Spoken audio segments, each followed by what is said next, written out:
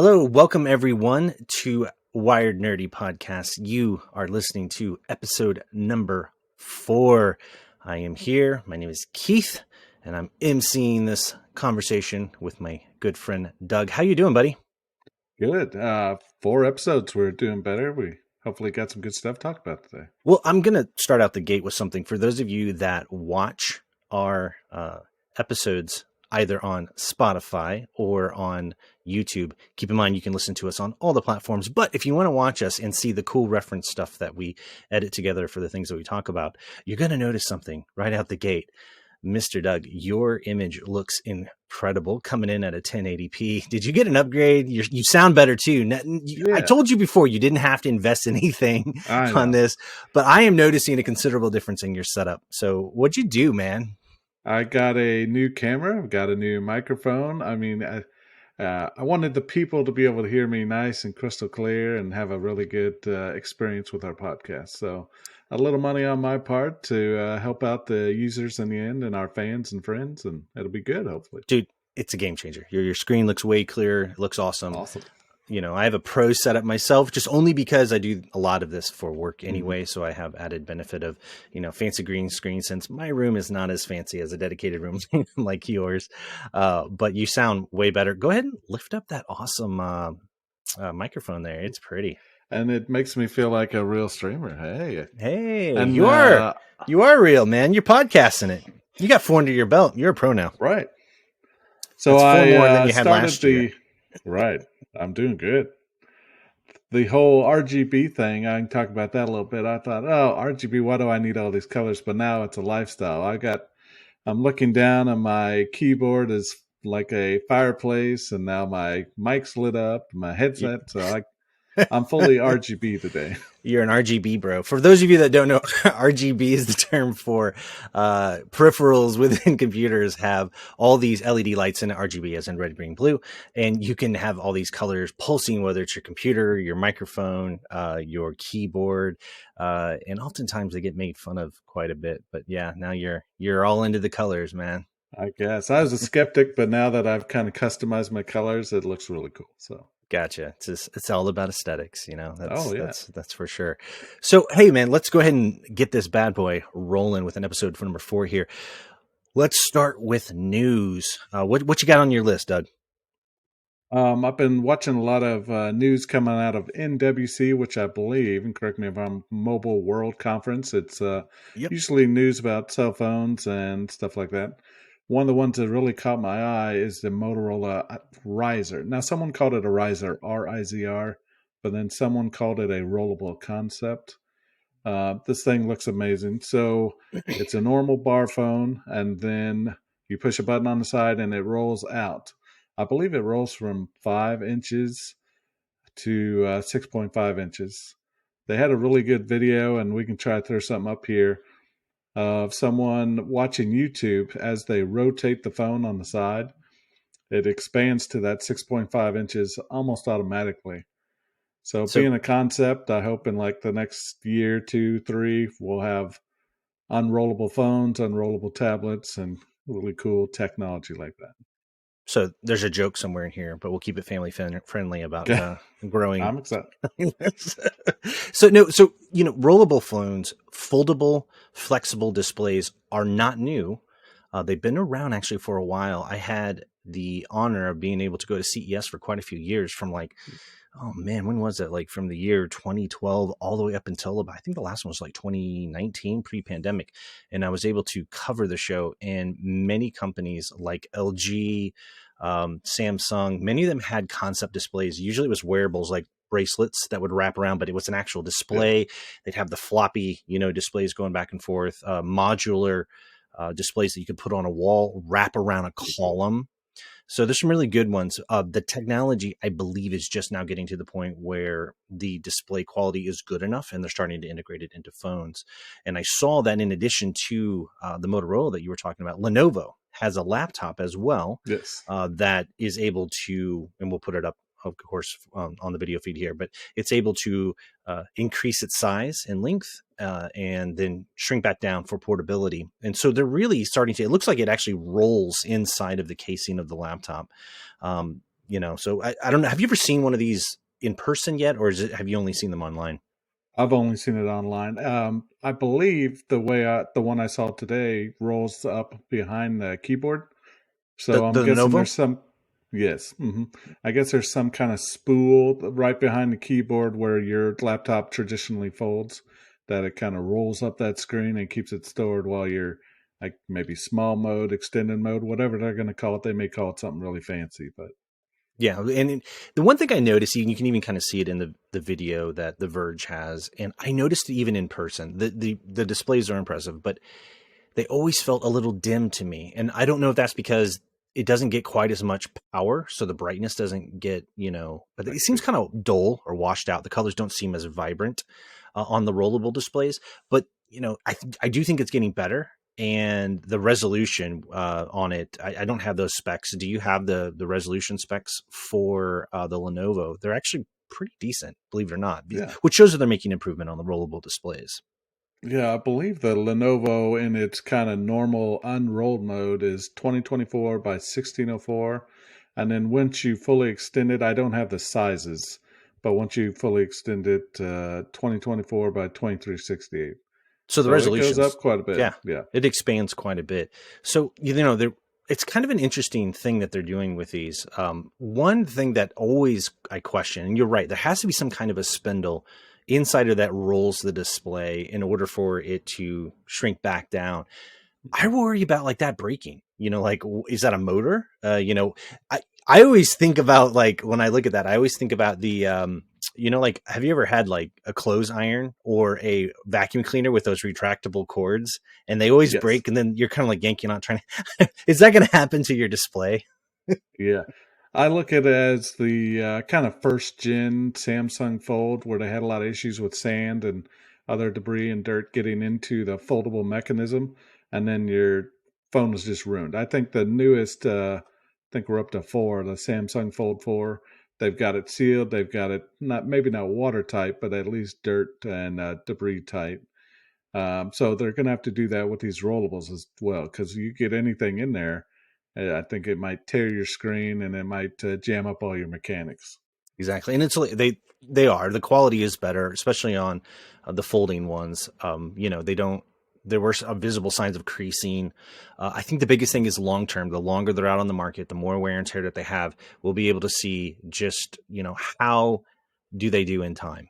How Yes. how wear and tear. That's the biggest thing on a lot of these things. But they're definitely making strides in way of these options. It's kind of cool to see new form factors and options coming out with displays. It's really kind of neat. Yeah, really exciting. I'm hoping someday we'll have something like, if you remember Avatar, do you remember those like see-through digital pad paper things that they had? I always thought that was one of the coolest movie Hmm. designs of what they showed where displays were going, and maybe that's kind of something that we're going to be leading towards. That is really cool. So what else you got, man? What else do you have on the news docket besides awesome, cool Um, rollable displays? there's lots of news, but I kind of pick and choose. Nokia, I mean, not this is a quick segment, but they came out with a new logo at MWC as well. They kind of branded themselves not just as a phone company, but a technology company. I don't believe they released any products, but the logo looks cool and looks hip.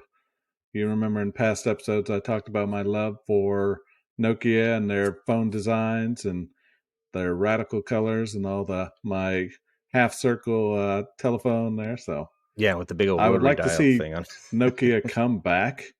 I loved them for a long time. Many other people loved them for a long time. They had a very classic ringtone. We try to put their classic ringtone on there, but Oh, I'm sure I can just toss it in there. I'll yeah. toss it up right in this But part yeah, here. it'd be nice to see. I've got some brand loyalty to Nokia, so maybe this new design means they're going to start some good stuff.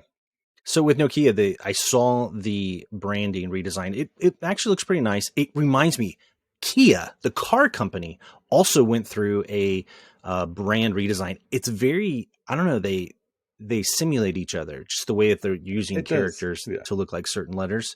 But they don't look bad. I think both look good. With Nokia, they've been getting into, a lot of people don't know it, on the technology space. Instead of the public facing, they're big on developing phones.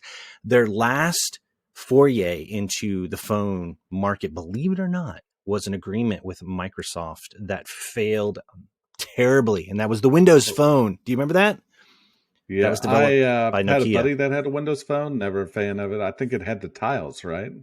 It did. Like Windows 8. Yeah. So the hardware was awesome, which was made by Nokia. The display was great. They're nice, big, beautiful phones. Honestly, they were well spec'd, gorgeous display. It failed because of Microsoft's OS. They tried to do something which I appreciate, where they wanted to have Windows not only work on your desktop, but also work on your device as well. So that, and the cool thing about that was they thought they could get a jump ahead, because where Apple and Android are really accelerating is they have just really rich mobile app ecosystem. And Microsoft doesn't. And they wanted to catch up with Apple and Android. So they thought, well, hey, if your Windows device can run, Windows Phone can run desktop apps, that Mhm. kind of gives them a jump ahead. Great idea, but it did not scale well. It didn't work.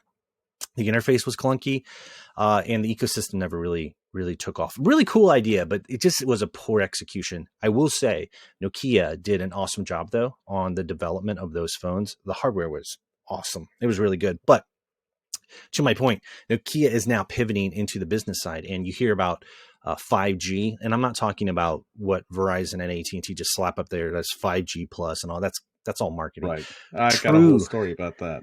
exactly. Well, true 5G, and you can only get it in large cities. I think Chicago, maybe even Washington, large scale cities. I've done tests. Mhm. You can get on true 5G close to a gig down over cellular. We're talking about That's five, amazing. if I remember right, I got anywhere from 5 to 800 megabits per second on cellular. So Nokia is making the actual hardware that drives 5G networks that they're putting inside of towers. So that's really kind of been their pivot to bread and butter, and why they step back from in user devices. So they're doing more B2B type stuff within the technology Mhm. space. And maybe that's what drove some of their logo change too. So That could be, yeah. I know 5G, not to get into that, but where I live, it says 5G, but I'm only getting 1 to 200 megs a second, which is really good. But to brand that as 5G when I don't believe it's 5G, it's kind of like 4G plus plus or they did that with something like that. 4G and LTE, Mhm. and then there was 4GE plus LTE. Like they do that, and it really boils down to this: the cellular companies uh, target populations, because here's what you got to remember: on every one of Yep. those towers, the way that it works is they've got to put the fiber optic backbone in, so that's an investment on their part. If you live in a small community, or if you live in a rural area and there's not a lot of density of population, they're not going to invest money in running aggregate fiber connections into those cell phone towers, because they got to have the back end. Because even though it's wireless, it's got to land on a wire somewhere, and it's going to be fiber optics. Cell companies aren't going to invest the money. So what they'll do is they'll not invest full like fiber speed into it, and they'll just give you a little bit. They'll just turn up the bandwidth a little more in those rural areas, and then often what they'll do is they'll just say, oh well, now you've got 4G LTE plus, which is, it's all marketing, and so that's what they Yep. do. But if you ever land in a city, like when you're traveling, and I noticed it'll be true 5G when I believe it was in Chicago or DC, and you do a speed test on your phone, you'll know immediately it's like 800. And I've had friends of mine that live in St. Louis that have sent me some of their speed tests, and I know they're bragging. It's as well they should, but they're pretty impressive, some of the speeds that you can get. So St. Louis, I've been there. It says 5G, just a 5 and a G. Now, when you went to Chicago, did it give you a different symbol or something? I don't remember. I do think it does look a little different at the top. I just can't Hmm. remember what it is. I'm sure we could Google it and find out what it is. However, there was a reason why I saw it, and I thought, I'm going to do a speed test. And I was really impressed with what I saw. The big thing that, though, is a lot of people will want to pivot and say, well, if this speed is this fast, then why do I need it in my home? And I already had read some articles about, as the adoption increases and people start using 5G, like true 5G gig cellular, they may start putting data caps in place again. I know there's unlimited data, Hmm. but what they do is they'll throttle you, mainly because it's about money, right? And Right. a lot of Right. people, if they don't have, which is true in cities. What's funny is that fiber in a lot of cities, including Chicago, St. Louis, there's a lot of these areas, they're not true gig speeds. They're maybe 500. But when the cellular is surpassing that, they're going to have to put data caps on it just because it's all Yeah. about making money. Well, and I think that's kind of a threat to your ISP or internet service provider of if you're a cell phone company where you're paying 40, $50 a month for unlimited, that's going to replace your home internet probably. 100%. I mean, we're all Yep. on smart TVs, we're all on stuff that we can just Yep. use our cell phone as a hotspot. Yep. So Did you see that's the sorry, go ahead. T-Mobile? You brought up the Super Bowl thing. T-Mobile had a big investment in ads with John Travolta Hmm. singing the Grease song along with the two guys from Scrubs. Oh, their names elude me. Zach Bratt. Oh, and I can't remember his friend. Oh, Yeah, been a I'll long do a time. little research here.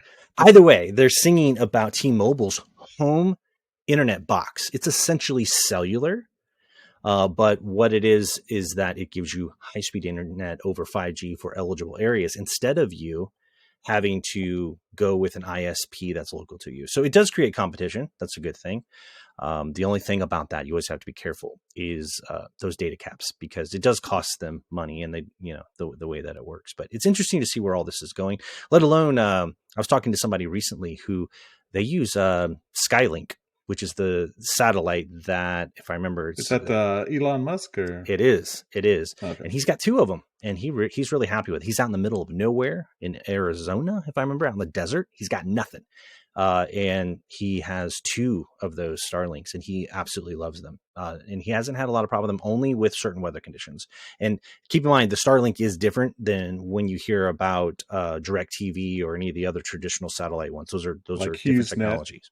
Yeah. Yeah, The Elon Musk one is low orbit satelliting, which gets you better speed data ratios. It's not as high up in the atmosphere versus yeah. that's where DirecTV is because it also does television as well. Well, I think we can tell our users that you can actually see Starlink. It'll look like a chain of 10 to Mhm. 15 little dots All along in the a sky. row. It's really cool to see. I kind of call it the night train. I've seen it multiple times going over my place. It's really cool. It is. The Uh, first time we saw it, we had some neighbors that were freaking out, and we had to. yes, I was yeah, like, no, no, no, no, that's not aliens. I promise. It's not and not Russia to invading us. right, and that's what I was getting ready to say. Not to expand too much on the Ukraine-Russia war, but I know that Ukrainians are using Starlink to guide their drones in combat. They are, and there was a dust up because Elon had threatened to turn it off because it's a courtesy service. However, I'm pretty sure he got a shoulder tap from some central intelligence groups that said, Yeah, "Hey, we need to like you need to talk." keep that over there. And I'm sure there was a talk about, hey, those tax breaks you're getting for those gigafactories on for Tesla builds. So you know Yes, how that yeah. goes. I'm sure there was some kind of, so it's stayed on regardless. But from a technology and a nerdy standpoint, it's really cool because it is the first time that that type of internet service is being leveraged for conflict in all of human history, which is really, really kind of cool. Otherwise Hmm. they really didn't have a lot of innovations when it comes to war and battlefield. It's usually been stuck to standard radios, microwave. They did that in the past. Hmm. But yeah, so that is kind of a cool point out. That's a good call out. I forgot about that. So Yeah. To go back real quick to HughesNet, I had that. They said, "Oh, you new had it? technology, satellite," and oh, it was terrible. I mean, I'm on fiber now, but Yep. back in the day, it was Yep. just a little bit better in dial-up, just a little Yeah. better. But I Well, lived out in the country, and there you was get no decent other option. downloads, but your uploads were Oh, terrible, uploads are right? terrible. Yeah, Because it's yeah, over a phone line. That's the thing. yeah. Your uploads are over a phone line. Your downloads and the downloads weren't bad. Where when you get those out of sync though, where that's bad is for things like gaming stuff like that. It Hmm. just doesn't work. And that was pre Doug playing PC games. Oh, okay, gotcha. I So couldn't handle it. Yeah. what else you have on the news front here? I have one that is kind of fascinating that I'm going to bring up if you don't mind, and then if you have another, Yeah, you can you throw go it ahead down. and then I'll do my last one. Yeah. So there's a dude that, and I'll put the link up for you, but there's a dude that had self-developed, and we always talk about like communities of people that develop homegrown things that aren't Mhm. mainly done by companies, but they catch on. One of them is a McRib locator. This Really? person had developed a website that basically you put in your zip code and it tells you if what surrounding McDonald's or how far of a drive it would be for you to go get a McRib, because apparently there's a disparity between which McDonald's locations have McRibs and no. And I know the McRib has a cult following. It's very, very passionate. Yes. Very. And so I thought this was fascinating article that I had in here. Um, and it's a monitoring website, and basically it you can self-report if you see the McRib in the wild to his site to kind of keep it accurate. I don't know. I think that was kind of funny. Kind of made me chuckle and laugh. It's a cool way use of technology. What do you think, Doug? Use the McRib locator. So I have to say that I don't believe I've had a McRib. I think the high school had a somewhat like McRib for their option, but I mean that's 20 years ago. I don't believe I've had a McRib in McDonald's. I'll have to use this locator and definitely find me one real close. Well, I'll tell you what, I when I was younger, I think I liked it. But what ruined me on it, as do all things, is I saw how they make them. If you ever seen a Oh, McRib, it's like in the shape. That is a yeah. mold. And I don't want to ruin it for any of you. Many of you probably love them and won't care, but it's kind of like your chicken nuggets. It's gross. They Chicken emulsify. nuggets great. And I eat chicken nuggets. I'll eat them, Yeah. but I try not to think about it. There's videos out there like how they make it, and they Hmm. basically same with the chicken nuggets. They emulsify. They turn it into it's essentially a paste. Grind it down. It's a paste, and then they just inject it into a mold because obviously chicken nuggets are not that size, and the McRib is not a an actual rib with bumps on it, and Yeah. so it's emulsified meat. So when I saw that, it kind of turned me off to it. So I haven't had one for a very long time because they just look gross. But hey, And that might I, be why I haven't eaten it because it's got the little bone sections. And they're I was, ridges, but they're not yeah, actual oh, ridges, bones. not bone sections. Of Well, course, but you to don't look know good, what they yeah. grind up emulsify and put in those things. Right. To expand on that, years ago, I used to work at I'll say, unnamed hot dog manufacturing place. Oh, And the way they manufacture hot dogs, I did not eat hot dogs for a while, but I mean, hot dogs are great. We all know that they're kind of a mix up of stuff stored in a bag. That's a terrible way to describe a hot dog, but there's an old so that's saying. kind of like the McRib, I think. There's an old saying that ties to that. Have you ever heard the saying, uh, "Learning how the sausage is made"? You ever heard that Yes, before? I have So actually. when you get That into definitely applies. it does because you don't want to know. And I was always cold. They had a factory, I mean, huge factory, and it was all refrigerated. And I'm just Yeah, in there freezing all the time. So fascinating, fascinating. That sounds yeah. I've heard so many stories about that. So wow, who would have thought we would have gotten into the gross food topic, the man? So hot dog well, world, right? the hot dog, the emulsified meat world. So what Yeah. else do you have? What's your last news round out here? So I have not played it, but I think I'm going to close out my little section with Sons of the Forest. I've been seeing so many articles, so many YouTube videos, Twitch streams, all kinds of stuff about this game. I believe it is a survival horror based on an island, and some of the stats coming out of it are crazy. It came out February 23rd, and I think within 24 hours, over 2 million copies sold. The producers kind of put it at a lower price point, and a lot of people gave them grief, but the 2 million plus copies sold, I'd say they just made the right decision. Yeah, Have you yeah. seen any videos from this? Now, I'll admit, I have not done my homework on it, so I know very little. It's on my list to do. Things have been obviously we're releasing our fourth episode out of band when we normally do, just because both Doug and I have had major work commitments and schedules and travel, so we're out of band. So I'm a little behind on my homework. I will say what little I know about it. My son has played it, beat it with his friends, loved it. He says it's Oh, really great. good. Now I think it's early access, and he had I indicated he believe it thought that is, yes. they're going to add more to it as well. So he felt as though it's something that they'll revisit. But it looks really good. I believe they just drop you in the middle of nowhere naked, and you have to Hmm. survive and build things like crafting. I I believe assume has a so. crafting element and all of that. But you do it with friends, if I remember correctly, and you have to survive. That's what little I know. I need to check it out. Am I getting any of that wrong? I mean, I'm sure I'll get No, I corrections think if you're not. right. The videos I've watched, so one here's Doug tip: don't kill a guy named Kelvin. I guess you get a CPU assistant named Kelvin. He can help you collect wood and build structures and stuff. So that's my pro tip of a game that I've never played before. But it Yeah, definitely looks like crafting, building, securing your little base or your little cabin.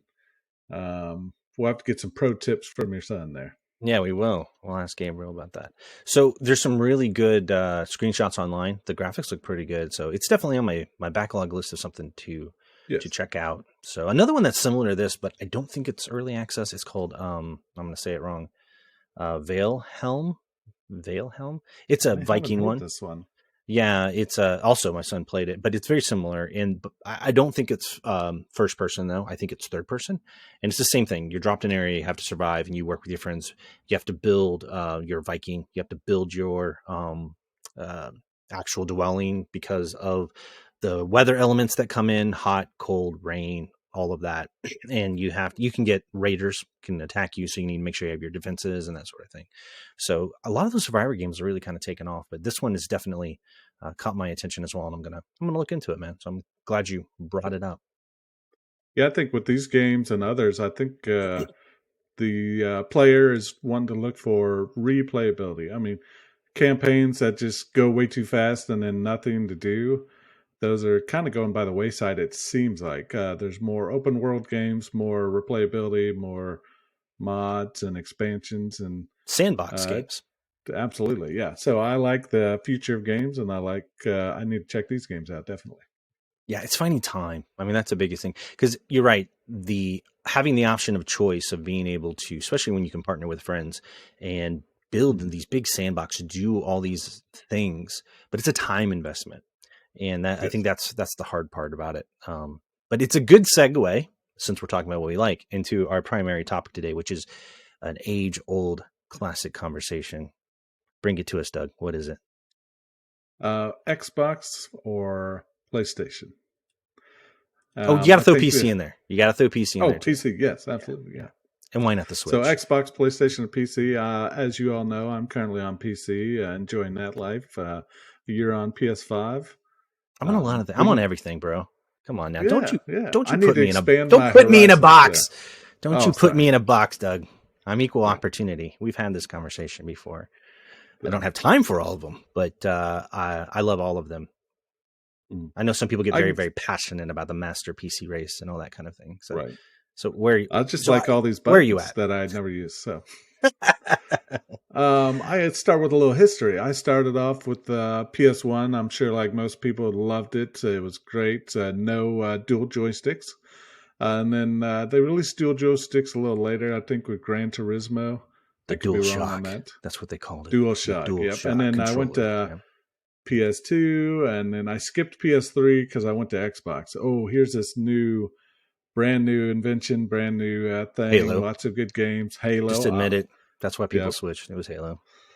Uh, we may have a friend on later, but I hate him and I hate the laser sword. That's all I'm going to say. So Oh wow. he just Wow. jumps out of nowhere and gets me with the laser sword on Halo. So I'm I sensing rage some quit a lot on that animosity. game. So I'm sensing some animosity. Well, how about that big fat controller on the original Xbox, man? Were you a it was fan? huge. It's kind of hard to handle. It wasn't as cool or strange as the N64. As we all know, it's got the kind of three leaf system with the joystick in the middle. Yeah. But I really liked it. Yeah. If you had bigger hands, I know a lot of people liked it for that. Oh, So, I got these gloves here. So so for today, um, with your journey, you've hopped around as many of us do at times. Where are you at today? You're predominantly a PC gamer. Do you feel mhm. like it's superior? Do you walk around feeling like you're better than everybody else? What's your uh, deal, man? I've joined the master race of the Oh PC no, world, but I definitely still use a Xbox controller. I don't know if you might be able to tell me PlayStation controllers work with PCs or not. they do, they do. Okay. Yeah, So I'm just so used to kind of that 360 is when we had that kind of standard what we have still today with the Series X. it's a good So I controller. still use a Yeah. controller. I'm not good with all the buttons and the keys, so I'm not a true PC Master Race guy. So do you, when you play on your PC, is your preference you keyboard and mouse it, or do you controller it? Well, What's your lean? yeah, it depends on the game. Call of Duty right now, I'm using the controller because just it's so fast paced, and some of these younger kids and even the older generation that I play against, they're just come around the corner and get me right away. So I think I'm too slow for keyboard and mouse. Don't have those Twitch skills Now, anymore, huh?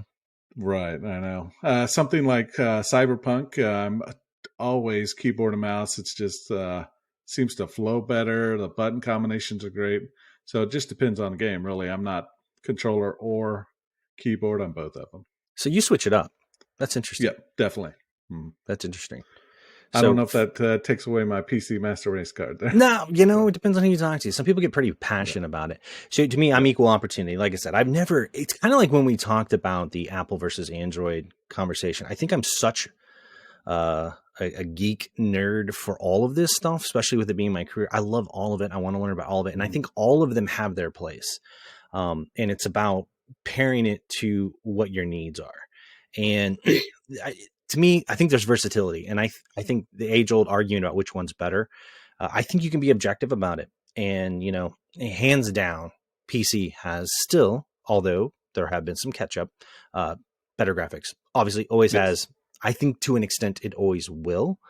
But what will be interesting is how cloud gaming and cloud streaming, and for those of you not familiar, it's kind of like Netflix, but they're streaming a game to you instead of a movie through your browser. With that, you can have this awesome, beautiful graphics and not have to invest, $5,000 into a computer if you want like top of the line. So it'll be interesting to see, but it's not quite there cost wise yet. I don't know. Have you ever even messed with any of the cloud streaming stuff at all? I have. It seems to work really well. And correct me if I'm wrong. You're using somebody else's hardware to process the game and the Yep. images and It's in a data all the center. stuff. Yeah. Yep. Okay. So that is probably a more, not more, but a cheaper option for people who can't afford the high end hardware and the graphics cards and the processors and the RAM and stuff But you got to to be have able good to play internet, though. these. This goes back to Yep. our earlier conversation. But with cellular opening up, like we just talked about, think about how that could open up, as well. Because you got to have good internet, But you're Mm. right; it's in a data center, and you don't have to have all that processing power locally. It's happening somewhere else. The cloud, meaning a server room somewhere. Yeah. Let somebody else pay for it and just get your internet connection, right? Exactly. And it's a subscription service. There's some that have come and gone. Google Stadia. And I know we're kind of getting off topic here, but it's kind of important to even note because this is going to disrupt this conversation we're having now. Google had one called Stadia. They have since put a bullet in it as of a few months ago. But they did something cool on the outbound. The controller that you got with it, they made it Bluetooth so you could use it just generically. But Google stopped investing in it. Amazon still has one. I've not messed with it. And then the best one, in my opinion, or the most versatile, is NVIDIA. It's called NVIDIA Now, if I remember correctly. What's cool about that, it's a tiered, so you get to pick what type of computer is streamed to you.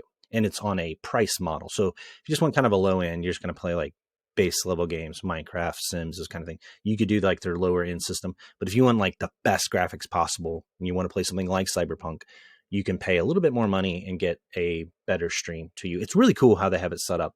And I've messed with it. You can do it free if you want to play with it. You go out to NVIDIA's website and you can even do a trial. They'll let you play for like an hour. And all you got to have is decent internet. It'll work on an iPad. It basically works on anything with a browser. It'll work on your phone. They have a companion apps. So think about that. You're able to play the best PC graphical games on anything and stream to you. It's just like the way we consume movies today. You can watch it on anything. Now I may have to check that out for that tablet I got. Oh, So that's right. I forgot about your yeah. tablet, man. You just got to have good So internet, though. absolutely, yeah.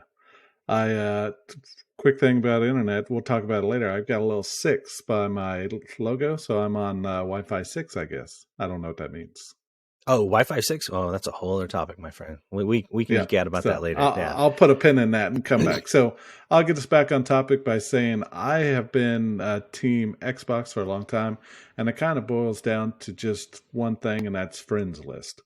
I had all my friends on Xbox. I got to talk to them, chat rooms. So that's kind of the main driving force for me. And then I'll let you expand on this, but the other thing was titles. There wasn't crossplay compatibility, but that's kind of the next sketch. So I'll let you tell me your love of PlayStation, I believe, right? Yeah, so I've hopped around as well. I started originally with PC, various different consoles over the year, just like you. But where I'm at now, it's kind of changed with my stage of life.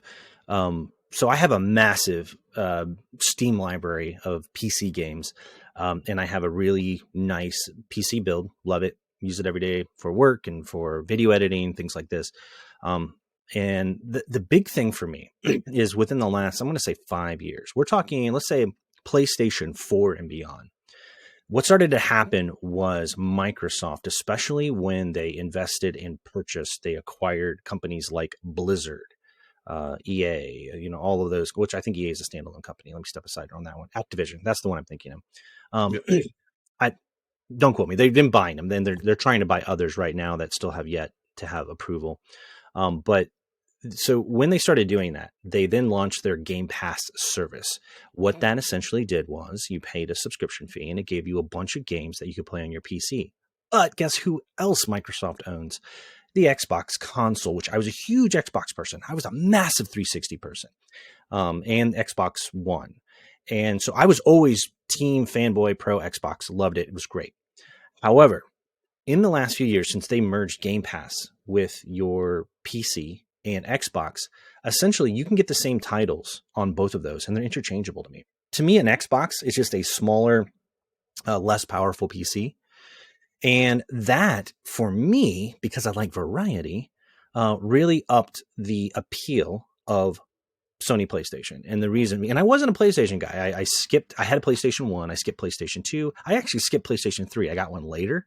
I didn't get into Sony until PlayStation 4. And it was because of what I'm talking about now. And essentially, with PlayStation, they still kept exclusivity on certain titles, like The Last of Us, Uncharted series, Spider-Man. There's some amazing games, God of War. There's so many amazing games that you could only play on PlayStation. And I started with the 4, and that's where it got to. But then in my life, I spend all day long at my computer, and I'm talking for work. And to sit at my desk to play a game after being there all day, I don't want to do that. I want to be in the living room. So at that point, I either have to have a mini PC build in my living room or my game room area, or I have to stream from my PC in there, which is fine. But that's where the PlayStation come in. So the combination between having the exclusives that I could play on it and then being able to be comfortable, on my couch, that's the PlayStation's I would say my main one for solo play games. I haven't done a lot of multiplayer in a while. So that's really what kind of drove me in that. Also, to your note, now I'm going to say I'm predominantly a controller player now.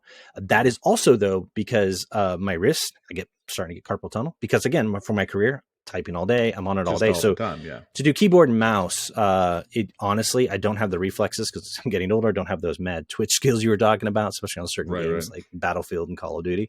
However, I'm just better with controller only because, I have, some carpal tunnel settings. This is that aging gamer thing, right? So to me, all those things combined is why I lean towards it. Now, Sony's being smart. What they're doing is Xbox has just the best deal, I would argue, for the most games. If you pay a subscription, you get access to the most games, and then you can play them on both your Xbox console and your PC. That's awesome. However, Sony's being pretty smart in the fact that they have an equivalent that they've released for subscription, but it's only on PlayStation. They are, however, releasing a lot of those games I listed, like God of War, on Steam. So they're taking a lot of the titles that were exclusive to the console, and they're moving it so that the PC can now experience it. So really, in my opinion, your best, and this is no shade on the Xbox, it's a cool system, but if you really want to cover all of the spectrum, you're better off to have a PC, a high-end PC, if you could afford it. If you can't afford it, get an Xbox and a PlayStation. That's my opinion. Because then you'll catch all the titles and you'll have access to all of them. And if you don't have a lot of money, if you don't have $2,000 for a PC, just get an Xbox and then have an Xbox and a PlayStation. That's my opinion. Sounds good. I kind of like that thought. I need to expand my horizons on that because I love The Last of Us. Now I've only played a little bit of it. I've never owned it and grinded the missions and beat the campaign. I played a couple minutes of it, and then the Uncharted series. Love the Uncharted series, but being on Xbox, I had to go to somebody's house or do that, and I play it that way. So I definitely like the idea of keeping my computer because it is really powerful. I don't need to upgrade it, hopefully for a couple years, and get that subscription service, and then maybe get a PlayStation. That sounds great. What's interesting about you, and when I say this, is oftentimes I've had this argument over the years with people about PCs better than consoles and all this stuff.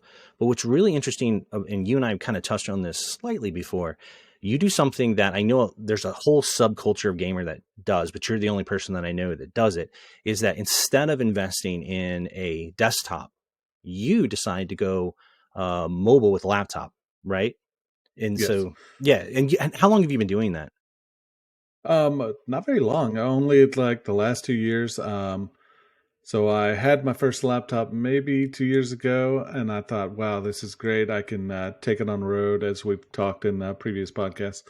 I recently upgraded just last October, November, maybe, and I love it. But the flexibility and the ease of use and taking it with me, because you remember the good old days. Friday night, you grab your console, you grab all your wires, throw it in a LAN what I party, call a man. Walmart sack or a plastic bag, and throw all your CDs or cartridges in there and go to your buddy's house. So it's no longer that. It's just pick up my laptop and take it with me, and all my stuff is right there in the laptop, and it's just really awesome to have it Yeah. all on just this little box. Well, the advancements in laptops as well, with they're comparable to desktops. Now, I would say the only advantage a desktop has is better thermals, meaning they can keep cooler because there's bigger fan cooling systems in it. So you get a little bit better performance on a desktop. However, laptops are super impressive. Like, oh my gosh, you can get a gaming laptop today, and so then you're blurring those lines because a lot of the argument was, well, like I just said, I want to be in my living room or I want to be Hmm. traveling. That laptop blurs the line between that. Yeah. And so who wins in all of this, in my opinion, is PC players, because with Sony bringing their titles to PC players, and then obviously Xbox is going to release on Windows, you're good to go. And so you're the first person that actually is taking your master PC race on the go, which is honestly, it's an interesting way to solve it. But the point is, there's all these disruptors that's going to impact this conversation. I think depends on where you're at in your life, where you like to play, what types of games you like to play. Some people are MMO only, Definitely. like massive multiplayer online only, but you got these disruptors between game streaming, and then we've talked about this, the Steam Deck that takes gaming on the go as Mm-hmm. well, even smaller than the format that you have. And then you have these gaming laptops like yours that are just very powerful, and you can just take them on the go. So the lines are starting to blur to where it doesn't matter anymore. Yep, and to expand on that, The Last of Us is in my Steam library wish list. It's going to be releasing soon. Last of Us Part 1 and Part 2, so I'll finally get to experience that. They've got Uncharted on there, but they only have like the popular missions, I think. Yeah.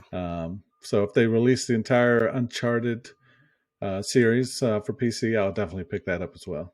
Yeah, I'm sure they will. I know they have Spider-Man, God of War, Last of Us is Hmm. coming. So I know a lot of those are coming down the pipeline there. So, all right, man. All right. Where are we at on our time? We're doing good here. So coming up, future episodes, we will drop some things that we're going to be previewing. We keep talking about guests. Again, we're trying to get our technology straight now that Doug's got an upgrade, and Yeah, I'm looking we're better. yeah, looking better, sounding better. So now that we've Awesome. got this, we're going to be pulling in some guests here very, very soon, because we're just starting to cut our teeth on all of this. But other than that, man, I mean, we're rounding it out at the top of our time here. You have any Sounds good. closing thoughts for episode number 4? Now that we've got it in the can, my friend, this was a great talk. What are you thinking? I'm thinking 4 episodes down, we're doing really good. I'm looking better. I'm sounding better.